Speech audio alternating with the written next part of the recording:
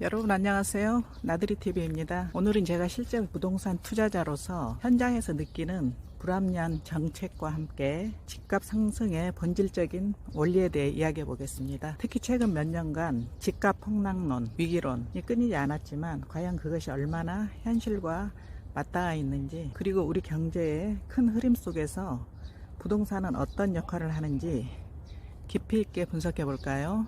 먼저 1년 예산이 700조 시대입니다. 우리 경제의 큰 틀에서 대한민국 예산은 추경까지 합하면 약 700조에 달합니다.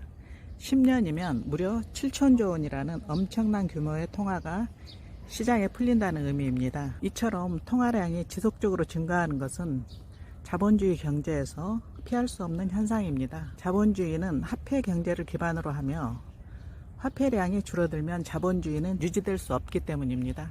그래서 매번 예산과 함께 화폐는 자연스럽게 늘어나는 것이 당연한 흐름입니다. 그렇다면 늘어나는 통화량은 어디로 갈까요? 일반적으로 국내 통화량은 크게 나누어 부동산으로 약 50%, 소비로 약 30%, 그리고 주식시장으로 약 20%가 흘러가는 원리를 따릅니다. 즉 10년 단위로 볼 때 물가는 오를 수밖에 없는 것이 경제의 기본 원리인 셈입니다.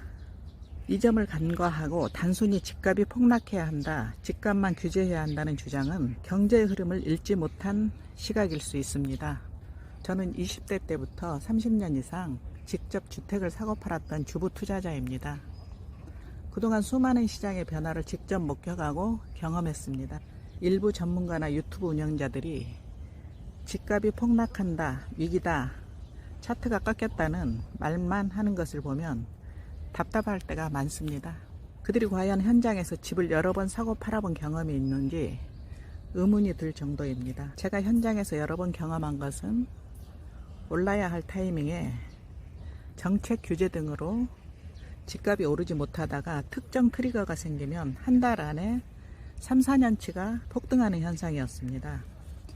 예를 들어 2003년에서 2004년에는 강남의 모 아파트를 3억에 팔고 강북으로 이사했던 주부가 3배인 10억 원이 되자 큰 충격으로 극단적인 선택을 하는 안타까운 일도 있었습니다. 지금 그 아파트는 한 40억을 상회하고 있죠. 왜 다른 물가는 다 오르는데 부동산만 폭락해야 하고 집값만 규제해야 하는지 실투자자인 저는 이해가 되지 않는 부분입니다. 농산물 가격, 공산품 가격, 서비스 요금 등 모든 물가가 매년 조금씩 오르는 것은 당연하게 받아들이면서 왜 부동산 가격의 상승만 죄악시되는 걸까요? 현행 부동산 정책의 가장 불합리성 중 하나는 다주택자에 대한 시선입니다. 투기꾼이라는 프레임에 세금 중과 대상이고 과도하게 규제하는 것은 임대시장의 공급을 위축시키고 오히려 서민 주거 불안을 심화시키는 원인이 됩니다.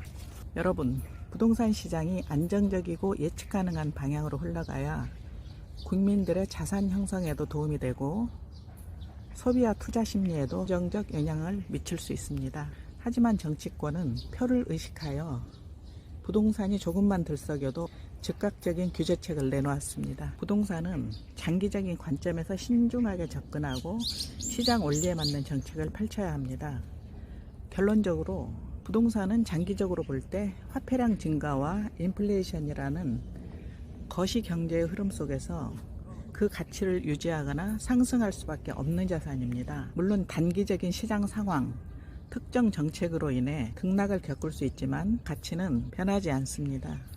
저는 감히 말씀드립니다. 실제 현장에서 수십 년간 직접 투자를 경험한 저의 시각으로는 화폐경제 시대의 통화량 증가는 피할 수 없는 현실이며 이는 필연적으로 물가 상승 그리고 자산가치 상승으로 이어질 수밖에 없습니다. 진정한 현명한 투자자는 단기적인 시장의 노이즈에 흔들리지 않고 경제의 큰 흐름과 자산의 본질적인 가치를 꿰뚫어 보는 시각을 가진 사람입니다.